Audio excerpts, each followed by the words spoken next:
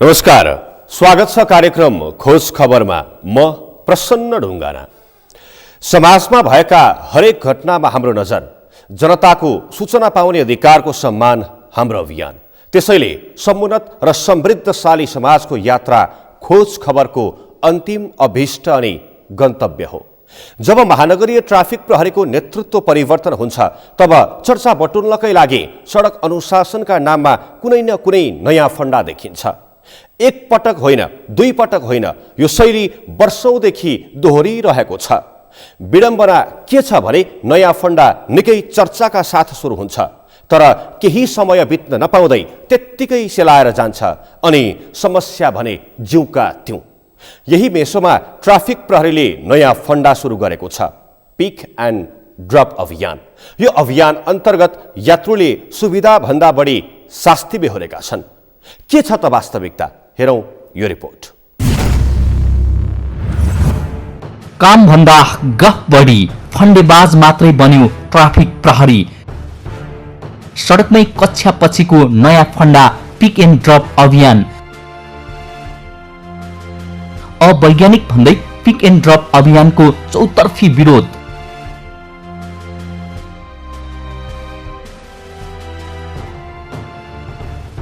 Pick and drop अभियान अर्थात् केही दिन अघि मात्रै महानगरीय ट्राफिक प्रहरी महाशाखाले काठमाडौँको सडकमा सुरु गरेको नयाँ फन्डा, जसका कारण यात्रुहरूले सुविधा भन्दा स्वास्थ्य बढी पाएका छन्। ट्राफिक प्रहरीले जाम कम गराउने भन्दै टुडिखेल आसपासका 11 स्थानबाट सार्वजनिक सवारी साधनले यात्रु पर्खेर बस्न नपाउने पिक एन्ड ड्रप अभियान सुरु गरेको हो। तर सुरु भए लगत्तै यो अभियान अवैज्ञानिक र अव्यवहारिक भएको भन्दै चौतर्फी विरोध हुन थाल्यो। गाडीको सिस्टम भन्दाखेरि अब के भन्ने त्यो भारतमा नेपालको ठाउँ सानो ठाउँ छ एकदम। पहिलेदेखि बनाएको यो सिस्टम ढङ्गले छैन। अब जनसङ्ख्या बढेर गयो, गाडी पनि धेरै बढेर गयो, गाडीको सङ्ख्या घटाउनु पर्ने हो। अब त्यही हो। कम ड्रपको सिस्टम चाहिँ एकदम हामी शास्ति भोगिरहेको छौँ। अब हामी उताबाट हिँड्नु पर्दै कहाँ बागबजार पढ्ने हाम्रो कलेजहरू हुन्छ, उहाँबाट हिँड्दै आउनुपर्छ। यसले गर्दा चाहिँ हामी धेरै हिँड्नुपर्छ। बिहान क्रममै कहिले लेट भएको बेला उता ओर्लिन पाउँदैन, हिँडबाट हिँड्दै जानुपर्छ। एकदम शास्ति खोपिरहेको छ विद्यार्थीहरूले चाहिँ यसको बारेमा चाहिँ। नियमित रूपमा चढ्ने र उत्रने सुविधा प्राप्त गर्नेहरूले सबैले चढ्न र उत्रिने सुविधा प्राप्त गरे भने सरकारले लिएको चाहिँ जनताकै सुविधाका निम्ति हो यो। तर कतिपय अवस्थामा चाहिँ ट्राफिक प्रहरीले अथवा त्यो बिहान बेलुकाको सवारी आवागमनको चाहिँ त्यो चापलाई व्यवस्थित गर्नलाई गरिएको योजना दिनभरिलाई 24 घण्टा एउटै किसिमको नियम लागू गर्दाखेरि चाहिँ सर्वसाधारणलाई यसले शास्ति नै पुर्याएको छ।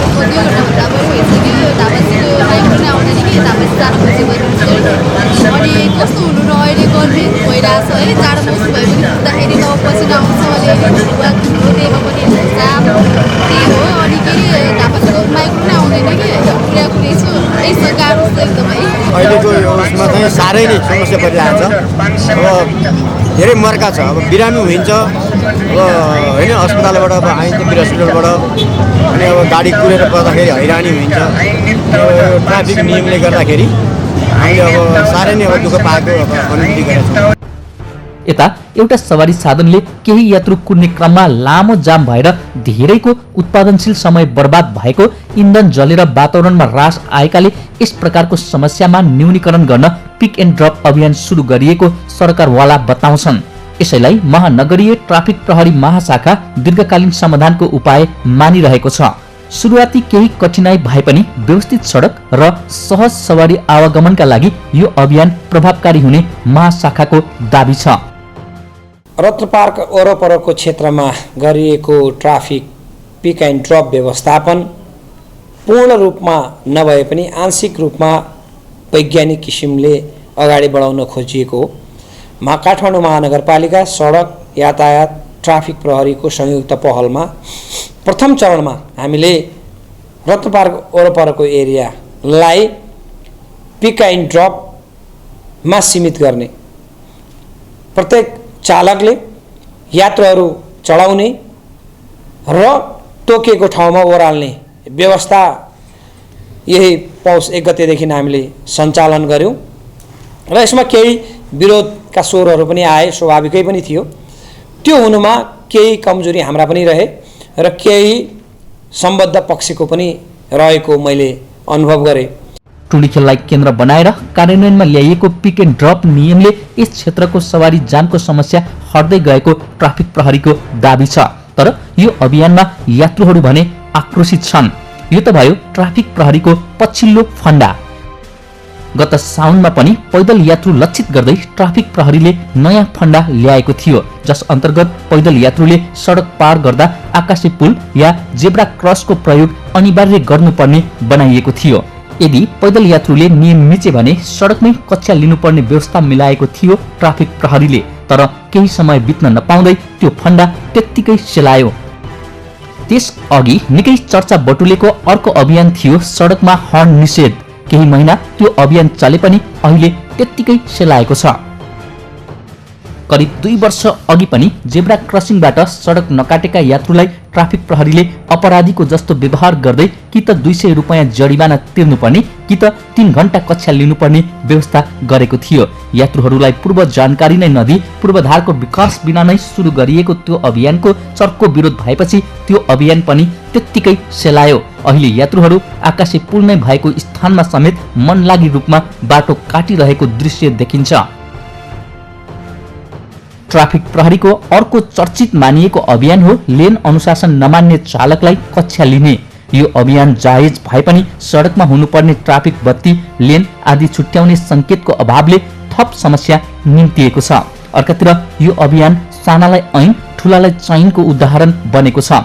खुलेआम रूपमा सडकमा लेन मिच्ने मन्त्री तथा उच्च पदस्थ अधिकारी सवारी साधनलाई कारबाही गर्न ल्याकात नराख्ने र सर्वसाधारणलाई हर्जना तिराइहाल्ने ट्राफिक प्रहरीको प्रवृत्ति बढेको छ। जनतालाई मात्रै शास्ति दिने आरोप खेप्दै आएको ट्राफिक प्रहरीले सवारी नियम सबैलाई बराबरी भन्ने नीति अंगीकार गर्न जरुरी छ। यति मात्रै होइन, ट्याक्सी ठगी नियन्त्रण अभियान, सार्वजनिक सवारीमा चालकले छुट्टै ड्रेस लगाउनु पर्ने अभियान, मेडिकल किट्स बोक्ने, गोप्रो क्यामेरा बोक्ने जस्ता थुप्रै अभियान ल्यायो ट्राफिक प्रहरीले। तर जति पनि अभियान सुरु भए ती अभियान बीचमा त्यत्तिकै सेलाउने गरेका छन्। आखिर किन त?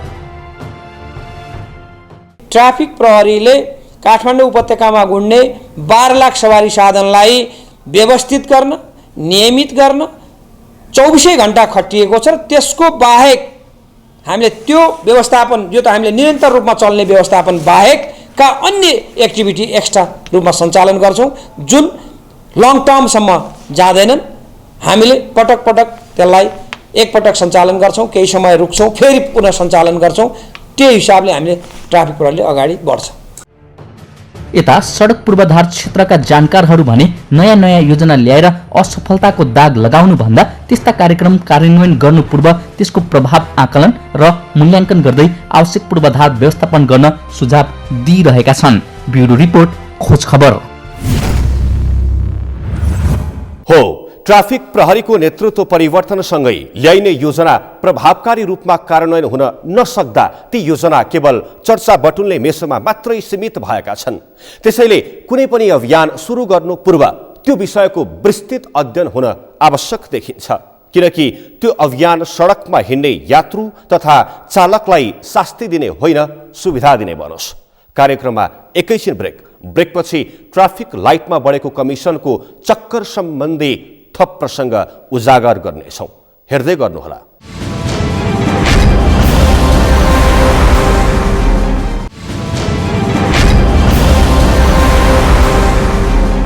ब्रेकपछि स्वागत छ।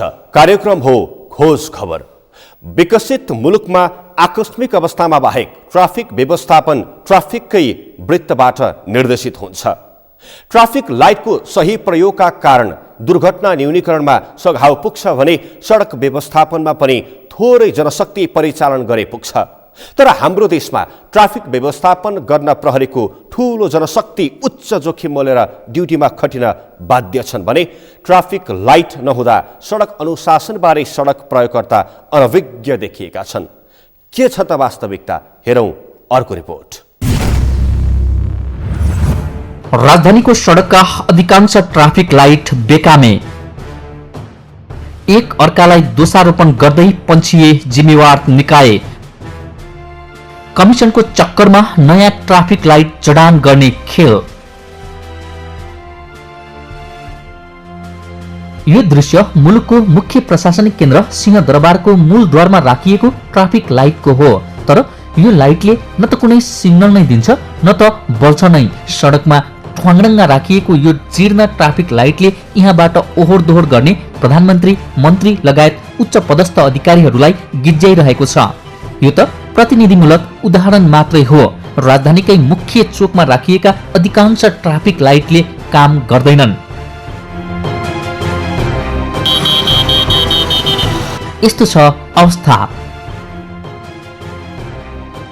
2023 सालमा राजधानीका प्रमुख 20 चोकमा जापानी सहयोग नियोग जाइकाले ट्राफिक लाइट जडान गरिदिएपछि नेपालका सडकमा ट्राफिक लाइटको व्यवस्था सुरु भएको थियो। समय क्रमसँगै राजधानीमा सडक विस्तार हुँदै गए, सवारी साधन वितरण क्रम बढ्दै गयो। 2050 को दशकमा जापान सरकारले नै राजधानीका थापाथली, त्रिपुरेश्वर, माइतीघर, पद्मदोय मोड, नयाँ बानेश्वर, कोटेश्वर, साड्डो बाटो, केशर महल, लैनचौर, महाराजगञ्ज चक्रपथमा ट्राफिक लाइट थप गरिदियो।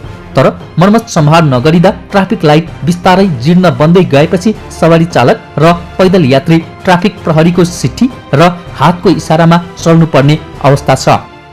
ट्राफिक लाइट नभएका कारणले जनशक्ति ठुलो खर्च हुने र सडक प्रयोगकर्तालाई पनि ट्राफिक लाइट नभएका कारणले म्यानुअली ट्राफिकिङका कारणले असुविधा भइरहेको अवस्था छ। ट्राफिक लाइट भएको खण्डमा ट्राफिक व्यवस्थापनमा सहजता हुने र दुर्घटना पनि न्यूनीकरण हुने सम्भावना रहन्छ। हो, उपत्यकाका 28 व्यस्त चोकमध्ये मुख्य सडकका 5 र सहायक सडकका 2 स्थानमा मात्रै ट्राफिक लाइटको आंशिक प्रयोग हुँदै आएको छ। अन्यत्र ट्राफिक प्रहरीको इसाराबाट नै सडक व्यवस्थापन हुँदै आएको छ। फराकिला पारिएका सडकमा हजारौं संख्यामा सवारी साधन आवत जावत गर्छन्, तर सडकमा ट्राफिक व्यवस्थापन फित्तलो हुँदा घण्टौं जाममा पर्न बाध्य छन् राजधानीका सडक प्रयोगकर्ता। अहिले ट्राफिक लाइट नहुँदाखेरि पैदल यात्राको लागि हामी जस्तो सर्वसाधारणको लागि एकदम समस्या छ। हामीले भनेको बेलामा प्रहरीलाई पनि ट्राफिक प्रहरीलाई पनि समन्वय गर्न सकिँदैन। लाइट नहुँदाखेरि ट्राफिकहरूले के गर्छन् भने एकतिरबाट खोलेको गाडी खोलेको गर्छ। ट्राफिकको लाइट नहुँदाखेरि चाहिँ साह्रै समस्या हुन्छ। अब लाइट छ भने अब त्यही अनुसारले हामी चलिन्छ हैन। किन बल्दैनन् त राजधानीका सडकमा राखिएका ट्राफिक लाइट? अनि किन मर्मत गरिँदैन बिग्रिएका ट्राफिक लाइट? महानगरीय ट्राफिक प्रहरी महाशाखाका प्रमुख वसन्त पन्त मर्मत गर्ने काम सडक विभागको भन्दै पन्छिए। यो ट्राफिक लाइट बनाउने काम ट्राफिक प्रहरीको होइन र ट्राफिक प्रहरीसँग त्यस्तो किसिमको स्रोतहरू पनि हुँदैन र त्यस्तो किसिमको टेक्नोलोजी पनि ट्राफिक प्रहरीसँग नभएका कारणले ट्राफिक प्रहरीले ट्राफिक लाइटहरू बनाउन सक्ने सम्भावना रहँदैन।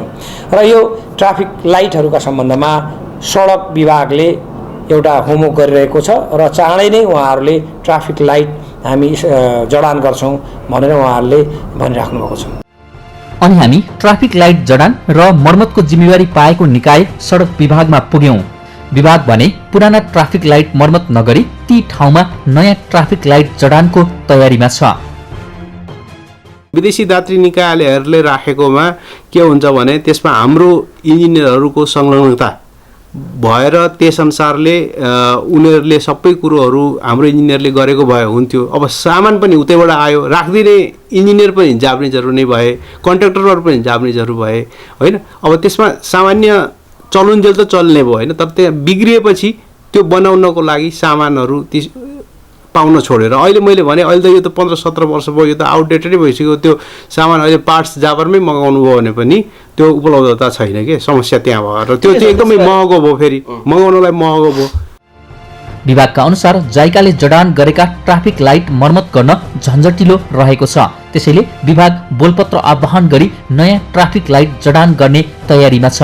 एउटा चोकमा 5 देखि 7 लाख रुपैयाँसम्ममा ट्राफिक लाइट जडान गर्न सकिन्छ, तर 15 लाख रुपैयाँ भन्दा माथिका मात्रै टेन्डर परेको विभाग स्रोतको दाबी छ। यसमा पनि ठुलै रकमको खेल भएको बुझिएको छ। यस अघि नै राजधानीको ट्राफिक व्यवस्थापनमा एसियाली विकास बैंक एडिबीले पनि चासो देखाएको थियो, तर लागत भन्दा दोब्बर बढीका आवेदन परेपछि एडिबीका 3 वटा टेन्डर फेल भए। यसैगरी एडिबीको 51% अनुदान र सरकारवाला निकायको 49% लगानीमा जडान गर्ने गरी आएको विदेशी अनुदान फ्रिज भइसकेको छ। ब्युरो रिपोर्ट, खोज खबर।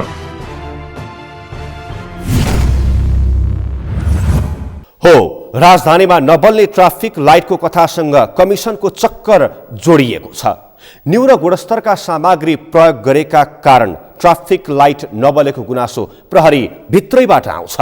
अर्कातिर कम रकममै भएका ट्राफिक लाइट मर्मत गर्नुभन्दा महँगो मूल्यमा नयाँ लाइट राख्ने षड्यन्त्र गर्नुले पनि अनियमितताको आशंका जन्माएको छ। हवस् त, आजको लागि कार्यक्रम खोज खबर यति नै। कार्यक्रम खोज खबरका विषयमा कुनै प्रतिक्रिया छन् भने हामीलाई khojkhabar@sagarmatha.tv मा इमेल गर्न सक्नुहुनेछ अथवा फोन नम्बर 0157060774 मा फोन पनि गर्न सक्नुहुनेछ। लुकेका र लुकाइएका खबर निरन्तर जारी छ। नेपालको पहिलो न्युज च्यानल सगरमाथा टेलिभिजन हेर्दै गर्नुहोला। नमस्कार।